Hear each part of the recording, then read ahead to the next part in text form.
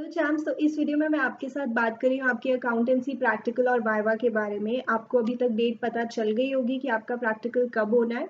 वैसे टर्म 1 में आप एक्सपीरियंस्ड हो, बट फिर भी आपको एक बार बताना ज़रूरी है कि कैसे आपने जाना है अपने प्रैक्टिकल के लिए। सो यू नो कि 6 मार्क्स का आपका रिटन टेस्ट होगा, जिसमें कंपेरेटिव, कॉमन साइज और कैश फ्लो स्टेटमेंट में से क्वेश्चन होंगे।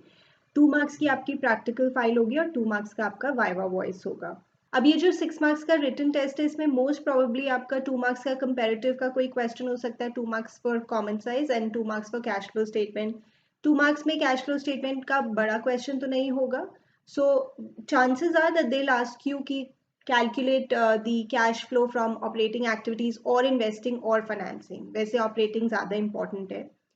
सो प्रैक्टिकल फाइल आपने टर्म 1 में ही बना ली होगी, बट अगर उसमें आपने कंपैरेटिव, कॉमन साइज और कैश फ्लो स्टेटमेंट उस वक्त नहीं ऐड किया था, तो वो अब आपको ऐड करना होगा, because your practical would be based on it. So project file में कंपैरेटिव, कॉमन साइज और कैश फ्लो स्टेटमेंट ऐड कर लीजिए ऑफ दैट कंपनी जो आपने चूज किया है। सो रिटन टेस्ट के लिए तो नीडलेस टू से कि आपको ये तीनों चैप्टर अच्छे से प्रिपेयर करके जाने हैं। बहुत ही सिंपल है। कंपैरेटिव, कॉमन साइज का तो एक प्रॉपर फॉर्मेट है, उसी को आप देख के जाएं। कुछ क्वेश्चंस प्रैक्टिस कर ले, अपने स्कैनर में से कर सकते हैं। और कैश फ्लो स्टेटमेंट का अच्छे से कॉन्सेप्ट पता होना चाहिए। कैश फ्लो स्टेटमेंट पे वैसे भी आपको अच्छा टाइम डिवोट करना है, क्योंकि आपके बोर्ड एग्जाम्स के लिए भी एक इम्पॉर्टेंट चैप्टर है। प्रैक्टिकल फाइल आपने वैसे, जैसे मैंने बोला, बना ही ली होगी। उसमें 2 चीज़ें ऐड कर लेना, तो देखने में प्रेजेंटेबल होनी चाहिए, आपकी कंप्लीट होनी चाहिए फाइल। अच्छा सा उसका एक कवर पेज होना चाहिए। Basic things about the file you already know. सबसे इम्पॉर्टेंट वाइवा। वाइवा से ही बच्चे नॉर्मली घबराते भी हैं। जैसे कि मैंने इकोनॉमिक्स के प्रैक्टिकल वीडियो में भी डिस्कस किया, ऑब्वियसली जो बेसिक पॉइंट्स है कि आपको कॉन्फिडेंट रहना है, आपको पोलाइट रहना है, आपको एक पॉजिटिव स्माइल रखनी है फेस पे, सॉफ्ट आई कांटेक्ट बना के रखना है टीचर के साथ, उनको ग्रीट करना है। ये सब तो बेसिक बातें आपको पता ही हैं, क्योंकि अब आप एक्सपीरियंस्ड भी हैं।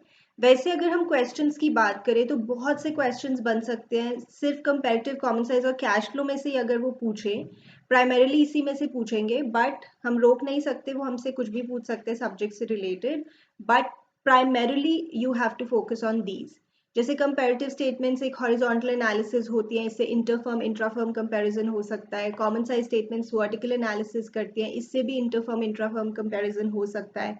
कैश फ्लो स्टेटमेंट में what is the meaning of cash and cash equivalence, cash flow statement क्या होती है, कौन सा अकाउंटिंग स्टैंडर्ड हमें ये बनाने को कहता है, विच एक्टिविटीज ऑपरेटिंग, इन्वेस्टिंग, फाइनेंसिंग। कोई ऐसी एक्टिविटी बताइए जो हर टाइप की एंटरप्राइज के लिए हमेशा फाइनेंसिंग ही होती है। देन अगर आपने सेल की है करंट इन्वेस्टमेंट, तो बताइए इनफ्लो आउटफ्लो होगा या नो फ्लो होगा कैश एंड कैश इक्विवेलेंस का। तो ये बेसिक क्वेश्चंस आपको प्रिपेयर करके जाने हैं। Again you can refer to your scanner, उसमें भी आपको एक अच्छे क्वेश्चंस की प्रैक्टिस मिल जाती है। जो कंपनी, जिस कंपनी का आपने प्रोजेक्ट बनाया, उस कंपनी के बारे में बेसिक डिटेल्स पता होनी चाहिए कि ये कंपनी क्या करती है, इसका हेडक्वार्टर कहाँ पे है, what kind of work is it engaged in. They can also ask you कि आपने सोर्स क्या रखा है, आपने ये डेटा कहाँ से लिया है, विच वेबसाइट हैव यू यूज्ड। वैसे तो मेरी एडवाइस यही है कि आप कोशिश करें कि आपका एक बार पूरी रिवीजन हो जाए अकाउंट सब्जेक्ट की बिफोर योर प्रैक्टिकल, क्योंकि तब आप ज़्यादा कॉन्फिडेंट फील करेंगे। वैसे तो जैसे मैं बोल चुकी हूँ कि प्राइमरीली वो आपसे इनसे ही क्वेश्चन पूछेंगे, but we can not stop them कि आप हमसे और कहीं से ना पूछो। वो कुछ भी आपसे पूछ सकते हैं रिलेटेड टू द सब्जेक्ट। तो अगर आपकी एक तैयारी होगी before your practical, you will automatically feel confident, which will help you. Then basic questions वो आपसे पूछ सकते हैं कि टैक्स का क्या ट्रीटमेंट होता है कैश फ्लो में, डिविडेंड का क्या ट्रीटमेंट होता है, प्रपोज डिविडेंड का क्या ट्रीटमेंट होता है। प्रपोज डिविडेंड में जैसे आप बोलेंगे कि जो करंट ईयर का प्रपोज डिविडेंड होता है उसको हम कैश फ्लो स्टेटमेंट में शो नहीं करते, क्यों नहीं करते, कौन सा अकाउंटिंग स्टैंडर्ड हमें ये कहता है। So such basic things you should be aware of. बाकी तो आप ये कॉन्फिडेंस लेके जाएं कि मोस्टली सभी बच्चों के फुल मार्क्स लग जाते हैं।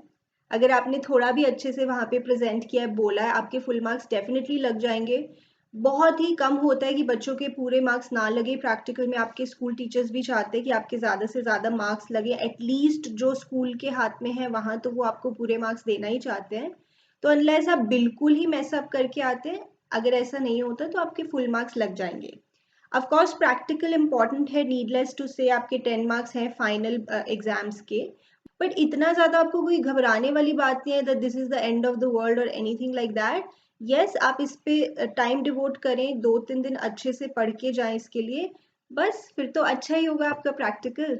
जैसे अगर गुडविल की वैल्यू इंक्रीज हो रही है, डिक्रीज हो रही है, तो आप क्या करेंगे, इसका क्या ट्रीटमेंट होगा कैश फ्लो स्टेटमेंट में। फाइनेंशियल स्टेटमेंट एनालिसिस क्या होता है, इसके टूल्स कौन से होते हैं, जैसे कंपैरेटिव कॉमन साइज रेशियो और cash flow statement. Right sham, so I hope ये टिप्स आपको हेल्प करेंगी। All the very best for your practical, बहुत अच्छे से करके आइएगा और फिर मुझे कमेंट्स में बताइएगा कि आपका प्रैक्टिकल कैसा हुआ। मिलते हैं नेक्स्ट वीडियो में।